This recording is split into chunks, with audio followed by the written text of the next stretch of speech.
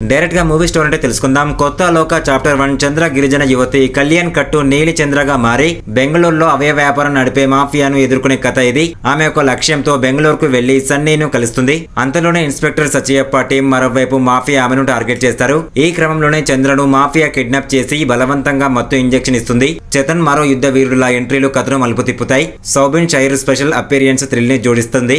అసలు నీలి ఎందుకు చంద్రగా మారింది, ఆమె గతం, ఆమెకున్న వ్యాధి ఏంటి, ఆమె లక్ష్యం విజయవంతమైందా అనేది స్టోరీ. ఈ మూవీ నాకు ఎలా అనిపించిందంటే భారతీయ సినిమాలో ఫస్ట్ లేడీ సూపర్ హీరో కథగా లోక్ చాప్టర్ 1 చంద్ర మూవీతో దర్శకుడు చేసిన బోల్డ్ ప్రయత్నాన్ని మెచ్చుకుని తీరాల్సిందే. డైరెక్టర్ డొమినిక్ అరుణ్ గిరిజన యువతి నీలిని ఒక దేవతగా తర్వాత చంద్రగా మార్చి బెంగళూరు మాఫియాతో జరిపే పోరాటాన్ని ఆకర్షణీయంగా చిత్రీకరించారు. అయితే నీలి గతం చంద్రగా మారిన కారణాలు స్పష్టంగా వివరించకపోవడం కథ కన్ఫ్యూజన్ గా సాగుతుంది. చంద్ర వ్యాధి గతం గురించి వివరంగా చెప్పకపోవడం అనేది ఆడియన్స్ ను ఎమోషనల్ గా డిస్కనెక్ట్ చేస్తుంది.